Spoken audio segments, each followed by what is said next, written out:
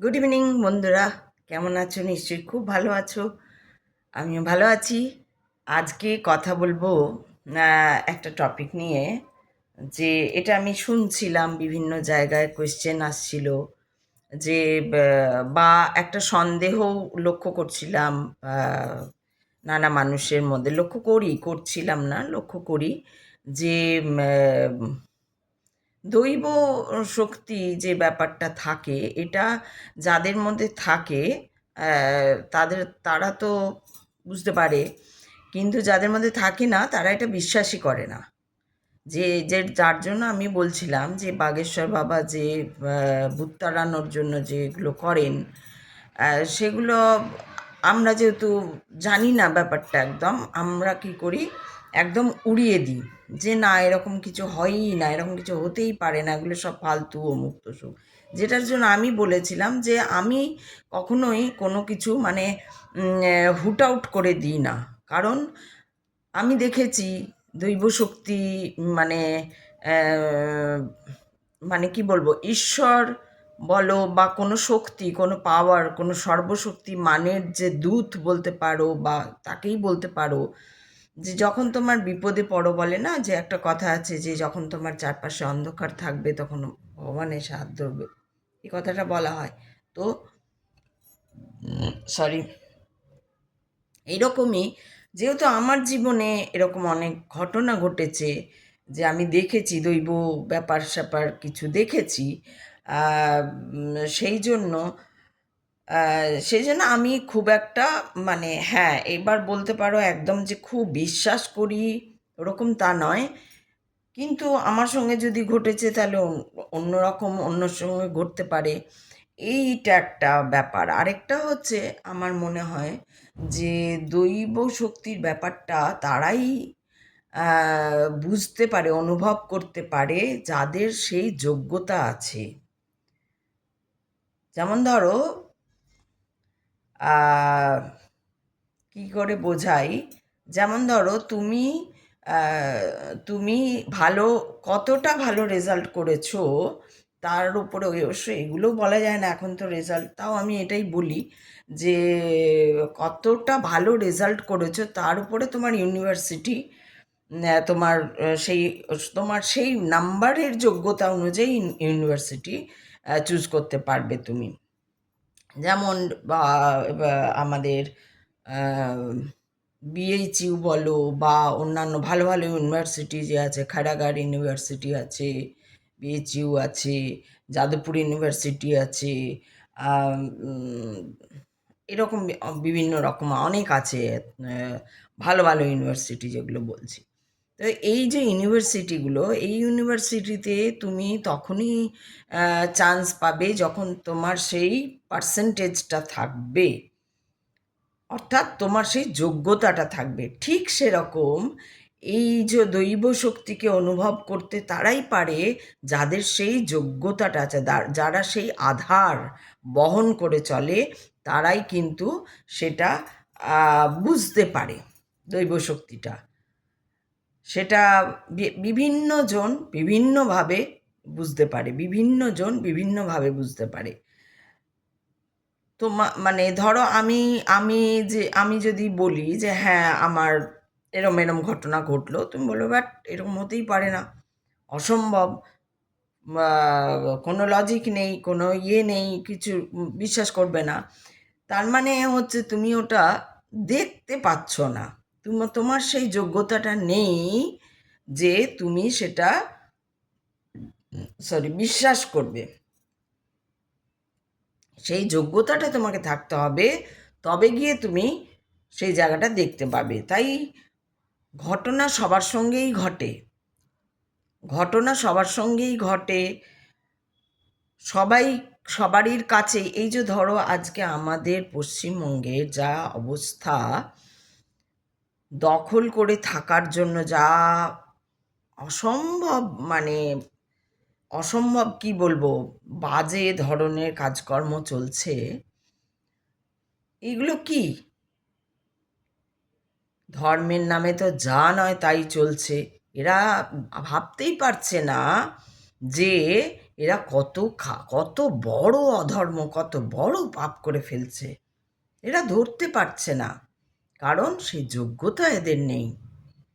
ঈশ্বর তখনই তোমার কাছে আসবেন, তোমার মানে সেই তোমার বোধ হবে তখনই যখন তুমি একদম নিট অ্যান্ড ক্লিন থাকবে, সৎ থাকবে, সরল থাকবে। কমপ্লিকেটেডের কাছে আসেন না মহাদেব, বা যে কোনো ঈশ্বর বলো, রাধারানী বলো, বা মহাদেব বলো, হনুমানজি বলো, যার কাছে যে ধরা দিয়েছে, যে রূপে ধরা দিয়েছে, এ হচ্ছে তোমার মধ্যে সেই যোগ্যতা থাকবে। প্রথম কথা হচ্ছে কমপ্লিকেটেড, যে একটু কমপ্লিকেটেড থাকবে তার কাছে কোনো ঐশ্বরিক, কোনো দৈব শক্তি ধরা দেবে না, কিছুতেই না। কমপ্লিকেটেড, তুমি যারাই কমপ্লিকেটেড তারা জীবনে কোনো দিন ঈশ্বরের ছোঁয়া পাবে না, ঈশ্বর তাদের ধরা দেয় না। একটা হচ্ছে তুমি অবিশ্বাস করো, কিন্তু তুমি খুঁজে যাচ্ছ, যেটা আমি তোমাদের বলেছিলাম, আমি একদম এইসব বিশ্বাস করতাম না। ঈশ্বর, দেবতা, ঠাকুর, অমুক তসুক কিচ্ছু বিশ্বাস করতাম না। ব্ল্যাক ম্যাজিক, হোয়াইট ম্যাজিক, তুকতাক, তান্ত্রিক, তন্ত্র, মন্ত্র। আজকে যেটা আমি বলছি যে হ্যাঁ মন্ত্র পড়লে এই হয়, অমুক হলে সেই হয়, হনুমান চালিসা পড়লে সেই হয়, ধ্যান করলে অমুক হয়, ফোকাসড কিভাবে হতে হয়, কিভাবে এই করতে, এই যে আজকে যেগুলো বলছি সেগুলো উপলব্ধি থেকেই বলছি। কিন্তু একটা সময় ছিল যখন আমি এগুলো, আমার যখন ছোট ওই 20-21 বয়স ছিল, তখন আমি একদম বিশ্বাস করতাম না। বিশ্বাস করতে বাধ্য হলাম কখন না, যখন আমার দুর্ঘটনার মধ্যে দিয়ে আমি তাকে পেলাম। এবার আমি তাকে পেলাম, এটা বাইরের কেউ বুঝতে পারবে না। আমার সঙ্গে যারা ছিল সেই সময় তারা ছাড়া আর কেউ বুঝতে পারবে না, কেউ জানতে পারবে না। কারণ না, তারা তো কমপ্লিকেটেড, সেই জন্য তারা বুঝতে পারবে না। যারা এর মধ্যে একমাত্র ভীষণ সৎ এবং সরল, সেখানেই ভগবান দেখা দেন, ধরা দেন, সহায় হন, সাহায্য করেন। আর সেগুলো বুঝতেও পারা যায়, এমন নয় যে সেগুলো অনুভব করতে পারা যায় না। মানে তখনকার মতন ওটা প্রমাণ হয়ে যায়। ধরো একজন লোককে আমি দেখছি, সেই লোকটা কোনোভাবে আমাকে একটা সাহায্যটা করেছে বলেই তো আমি কি বলে এগিয়েছি। এবার দেখতে ওটা একটা লোক, কেউ সাহায্যটা করেছে, যেটা হচ্ছে একটা লোকের মধ্যে দিয়েই তো ঈশ্বর, সেই যে সর্বশক্তিমান, সে তো সব রূপের মধ্যে আছে, সে তো কানে আছে, সে তো কাকে দিয়ে এই কাজ হবে। ধরো তুমি বিপদে পড়েছো, এবার তুমি পড়ে আছো, তোমাকে কেউ তুলছে না। যারা তুলছে না তাদেরও ঈশ্বর, তাদের কাছেও ঈশ্বর আছেন, তাদেরও দেখছেন কে কতটা তোলার যোগ্যতা কার আছে, কার যোগ্যতা নেই, এবং সেই দিয়ে তার কর্মের বিচার হচ্ছে। বোঝাতে পারছি কিনা আমি বুঝতে পারছি না। যে ধরো আমি বিপদে পড়েছি, আমি তোমার কাছে হেল্প চাইলাম, যে দাদা বলো, দিদি বলো, ভাই বলো, বোন বলো, কাকু বলো, কাকিমা বলো, কেউ বলো আমাকে একটু হেল্প করবে, আমি এরকম বিপদে পড়েছি। তুমি বলে না, আমি কি করে করব, আমার তো কোনো নেই। কেউ বলল, আরে 2 দিন আগে বললে পারতেন, 2 দিন আগে আমার একদম কোনো অসুবিধা হতো না, এখন তো অমুক জায়গায় ইনভেস্ট করে দিলাম, বা অমুক করে দিলাম, বা তমুক করে। টাকার ক্ষেত্রেই যদি বল, টাকাটাই তো মেন, খুব বড় প্রবলেম, মানে টাকার প্রবলেম। আর বাকি প্রবলেম খুব একটা আমার মনে হয় না সেগুলো। শরীরের যদি এরকম প্রবলেম হয় সেটাও একটা ব্যাপার, তাও আমার মনে হয় টাকার প্রবলেমই, টাকা এক লোক বল, কেউ নেই পাশে। তো আমি এটা দেখেছি, অনুভব করেছি খুব ভালোভাবে, এবং ঈশ্বরও আমাকে দেখিয়েছে, চোখে আঙুল দিয়ে দেখেছি, এই দেখ কে করছে, এই দেখ কে করছে না, এই দেখ একে ভালোবাসতিস, এই দেখ এর জন্য তুই এই ভাবতিস, এই দেখ ওই জন্য তুই ওই ভাবতিস, এই দেখ এই করলো। এই দেখো মানে একজন একজন ছিল, আমি তো তোমাদের বলেছি আমি সিরিয়াল টিরিয়াল করতাম একটা সময়। তো একটা ইয়ে আর কি ডকুমেন্টারি না কি ফিল্ম, ছোট শর্ট ফিল্ম ছিল। শর্ট ফিল্ম মানে অত শর্টও না, একটু শর্ট ফিল্ম আর কি, কয়েক মিনিটের, 15 বা 20 মিনিটের বা 25 মিনিটের শর্ট ফিল্ম ছিল একটা। তো ওটা শুটিংয়ে গেছিলাম। তো ওটা শুটিংয়ে গেছিলাম, আমি গল্পটা বলি। ওটা শুটিংয়ে গেছিলাম, তো ওখানে একটি মেয়ে, যে প্রডিউসার আর কি, যে প্রডিউসার, তো মেয়েটি আমি চিনতাম না। তারপরে ওখানে গেছি, চেনা হলো। যিনি ডিরেক্টর তিনি আমার খুব চেনা, তিনি আমাকে ডেকে পাঠিয়েছেন একটা রোলের জন্য। তো আমি গেছি, যাই হোক বসে যেমন করতে হয় করছি। তো ওই মেয়েটিকে দেখছি, মেয়েটিকে ভালো লাগছে না। ওই মেয়েটিকে আমি নাম করছি না এখানে, ভালো লাগছে না ওকে দেখতে। ছোট ড্রেস পরেছে সেই, আর আমি তো ছোট ড্রেস পরা একদম সহ্য করতে পারি না। আমি মানে আমার প্রচণ্ড শরীর জ্বলতে থাকে একদম যদি কেউ ছোট ড্রেস পরে। তো ও এরকম ছোট ড্রেস পরেছে। তো এই জন্য আমি তো ওকে মানে ভালো চোখে দেখছি না আর কি, সত্যি কথা বলছি। দেখো, তো ভালো চোখে দেখছি না ওকে। কেমন লাগছে ওকে দেখলেই, ওর মানে ওর সঙ্গে কথাই বলছি না। ও কিন্তু মাঝে মাঝে আসছে, ও যেহেতু প্রডিউসার, ও জিজ্ঞেস করেছে যে তুমি খেয়েছো কি না, লাঞ্চ করেছো কি না ইত্যাদি ইত্যাদি, টিফিন নিয়েছো কি না, এসব জিজ্ঞেস করছে, গল্প করছে। মেয়েটি কিন্তু আমার চাইছে গল্প করতে ভাই। আর যেহেতু ডিরেক্টরের আমি খুব পরিচিত, সেই জন্য হয়তো হালকা, খুব বেশি না যে এবারে গায়ে ওরকম না, কিন্তু হ্যাঁ হাই হ্যালো করছে, হাসি মুখে কথা বলছে, আমাকে জিজ্ঞেস করছে তুমি কি কি কাজ করেছো কি না, এরকম ফাঁকা ইয়েতে আমার সঙ্গে গল্প করছে অনেক। কিন্তু আমার তো ওকে ভালো লাগছে না, কারণ ও এইটুকুনি ড্রেস পরেছে একটা, আর ওটার জন্য আমার খুব খারাপ লাগছে ওকে। তারপরে উপরটাও ওরকম একটা পড়েছে, আমি তো এসব সহ্য করতে পারি না। কি আর হবে, যাই হোক, ফিল্ম টিল্ম তো হয়ে গেছে। তো এবার আমি তো আমি বলেছি আমি যে বিপদে পড়েছিলাম সেটা প্রায় 20 বছর, মানে অল একটা অ্যারাউন্ড রাউন্ড ফিগারে ধরলে 20 বছর একদম, মানে 20 বছর থেকে মানে 20 বছর আগে থেকে ধরো শুরু হয়েছে, তারপরে খুব বেশিটা 15 বছর, খুব বেশি। তো যাই হোক, এবার ওই সময় আমার একবার ছেলের পরীক্ষা দিতে পারবে না, টাকা ইয়ে টাকা জোগাড় হয়নি, 7,000 টাকা চাই, 7,000। এদিকে বাড়িতে ভাড়া থাকে, সেই ভাড়াও দেওয়া হয়নি, আর ওর ফিস দেওয়া হয়নি। ফিস না দিলে ওকে পরীক্ষায় বসতে দেবে না। তো আমি খুব মন খারাপ, আর আমি কারোর কাছে ওইভাবে চাইতাম না, মানে আমি চাইতাম কিন্তু সেই চাওয়াটা একদম অন্য রকম ছিল। সেটা যদি কোনো কথা প্রসঙ্গে আসে তাহলে কোনো একদিন বলবো। আজকে এটা কথা প্রসঙ্গে এলো, তো আজকে এটা বলি।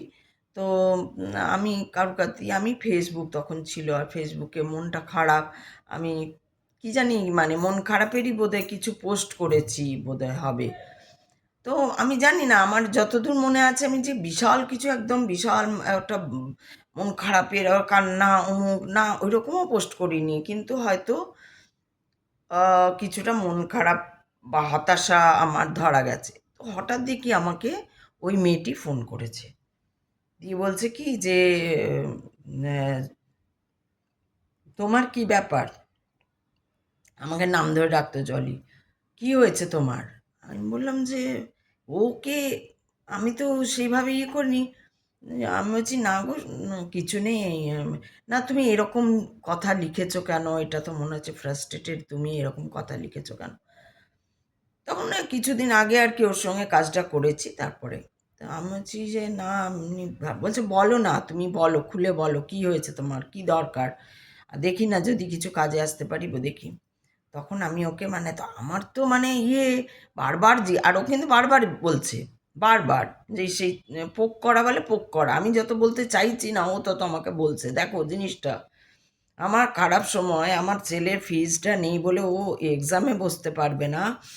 এইবার ওকে ও নিজের থেকে, আমি কি ফেসবুকে স্ট্যাটাস দিয়েছিলাম, সেই স্ট্যাটাস দেখে ওর মনে হয়েছে আমি খুব ফ্রাস্ট্রেটেড। ও আমাকে ফোন করছে, ওই মেয়েটি যাকে আমার পছন্দ হয়নি ওই ফিল্মে, ও আমাকে ফোন করছে নিজের থেকে, বলছে বলো বলো করে। তখন আমি বলছি আমার এই ব্যাপার, বলছে কত টাকা লাগবে, তখন আমি বলছি 7,000 টাকা। বলছে 7,000, 7,000 তো একবারে হট করে, আমাকে একটু সময় দাও। আমি বলছি আচ্ছা, আমার আর কি, আমার তো কোনো নেই। বলছে আমাকে 2-3 দিন সময় দাও।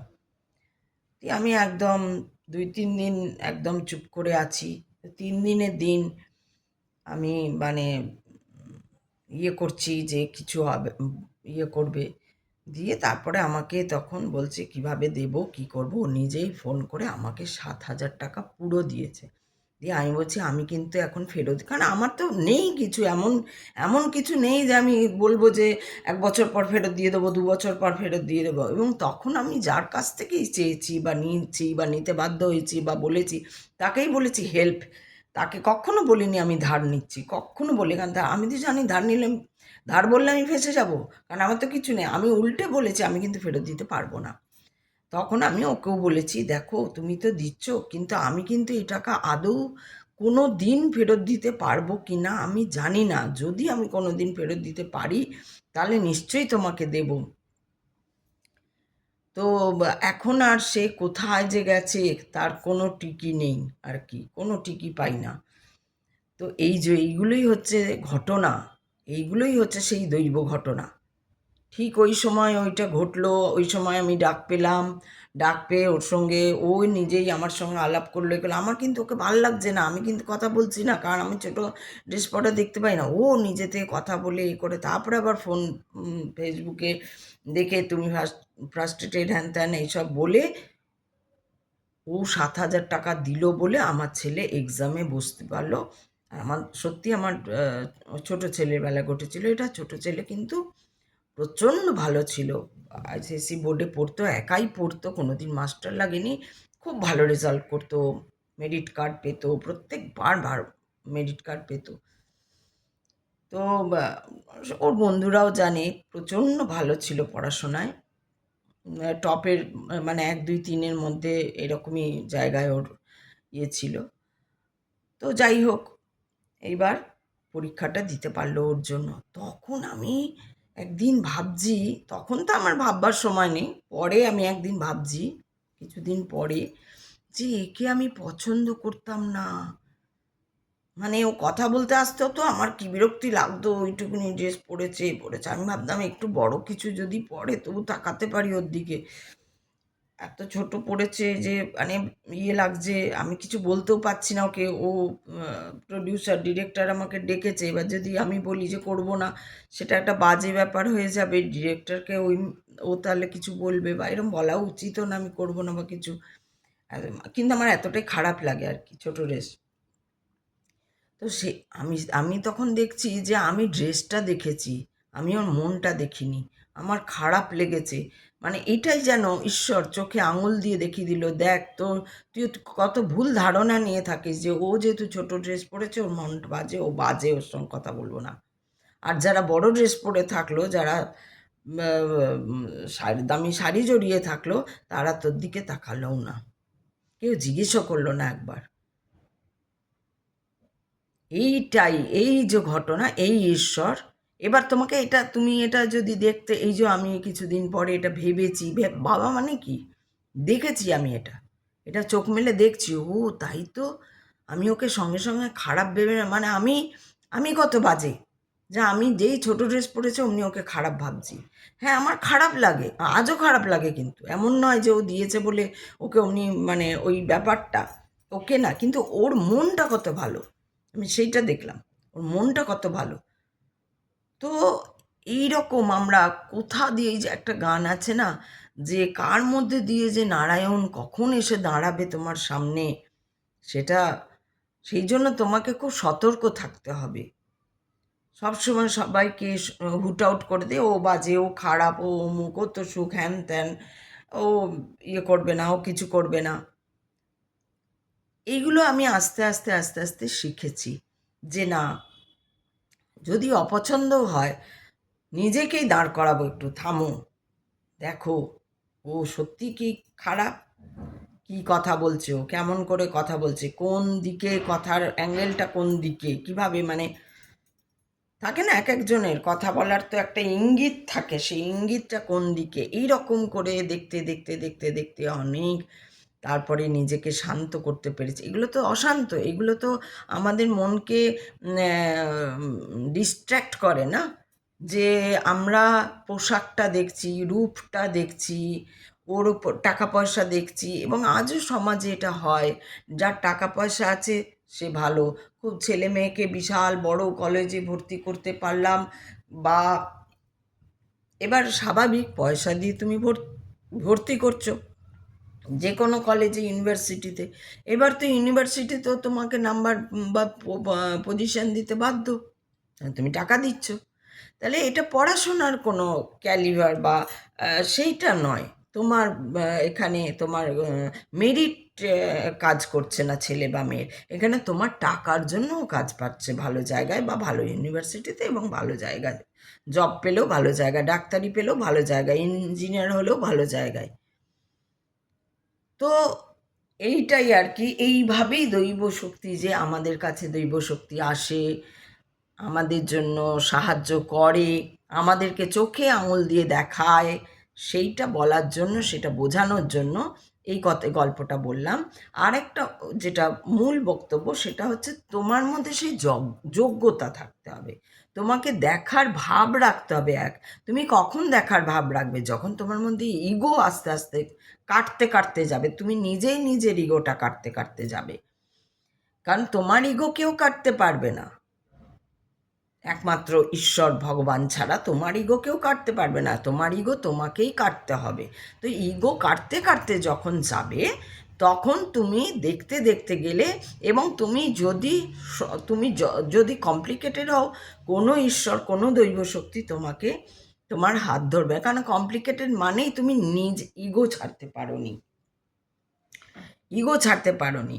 যতক্ষণ তোমার মধ্যে সেই ইগো থাকবে, তুমি কমপ্লিকেটেড থাকবে, ততক্ষণ দৈব শক্তির সঙ্গে তোমার কোনো পরিচয় বা তোমার কোনো, তুমি দেখতেও পাবে না, শুনতেও পাবে না, বুঝতেও পাবে না, কিন্তু সে তোমার জন্য করে যাবে। সূর্য তোমায় আলো দিয়ে যাবে, চাঁদ তুমি ঠিক আকাশে দেখতে পারবে পূর্ণিমার সময়, অমাবস্যার সময় তুমি অন্ধকারই দেখবে, যেটা দেখার ওগুলো তুমি ওরকমই দেখবে। ওরা সূর্য বলবে না তোমাকে আলো দেব না, চাঁদ বলবে না তোমাকে দেখা দেব না, এরকম বলবে না, মেঘ বলবে না যে আমি আসবো না, এরকম হবে না। ঠিক আছে? ঠিক সেরকম ভগবান বা ঈশ্বর, উনি আছেন, বা তুমি তাকে দেখলেও উনি আছেন, তুমি তাকে না দেখলেও উনি আছেন। কিন্তু যারা সরল নয়, তারা যোগ্য হয়নি তাকে অনুভব করার। তাহলে দৈব শক্তিকে অনুভব করতে গেলে নিজেকে আগে যোগ্য করে তুলতে হবে। কি দিয়ে? না, মানুষের মতো মানুষ হতে হবে, স্বার্থহীন, নিঃস্বার্থভাবে, নিঃস্বার্থ মন নিয়ে থাকতে হবে। যখনই যেখানে আমি দেখব কারুর উপকারে আমি লাগতে পারবো, আমি নিঃস্বার্থভাবে যাবো। ফটো তোলার জন্য, ভিউ পাওয়ার জন্য, অমুকে বলার জন্য, তাকে দেখানো, শো অফ না। একটা হচ্ছে শো অফ করলে কোনো দিন আসবেই না, তুমি কোনো দিন বুঝতেই পারবে না ঈশ্বর তোমার কাছে এসছে। তুমি ইলিউশন দেখতে পারো, ভুল দেখতে পারো, কিন্তু ঈশ্বর এসে করছে এটা তুমি দেখতে পাবে না, এই বোধ তোমার আসবে না, মানে তুমি পাবেই না ওটা, কারণ তুমি কমপ্লিকেটেড যদি থাকো।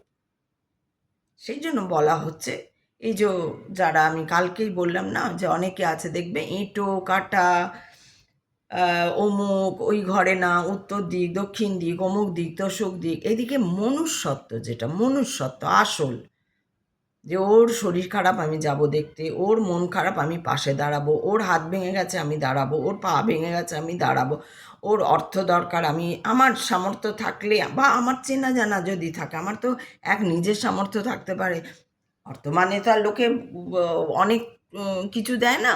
কখনো কেউ কাউকে 5,000 টাকা দিল, কেউ 2,000 টাকা দিল, 5,000, 10,000 এরকম করে যদি কেউ সাহায্য করে, বা যারা করছে খাওয়াচ্ছে দাওয়াচ্ছে বা গরিব মানুষদের, কিন্তু সবই কি হচ্ছে জানো তো, ভিউজ পাওয়ার জন্য হচ্ছে। ওখানে নিঃস্বার্থ ব্যাপারটা থাকছে না, ওখানেও একটা কমপ্লিকেসি থাকছে, কারণ ওটা ভিউজ পাওয়ার জন্য তুমি ওকে খাওয়াচ্ছ, দেখাচ্ছ ভিডিও তুলে।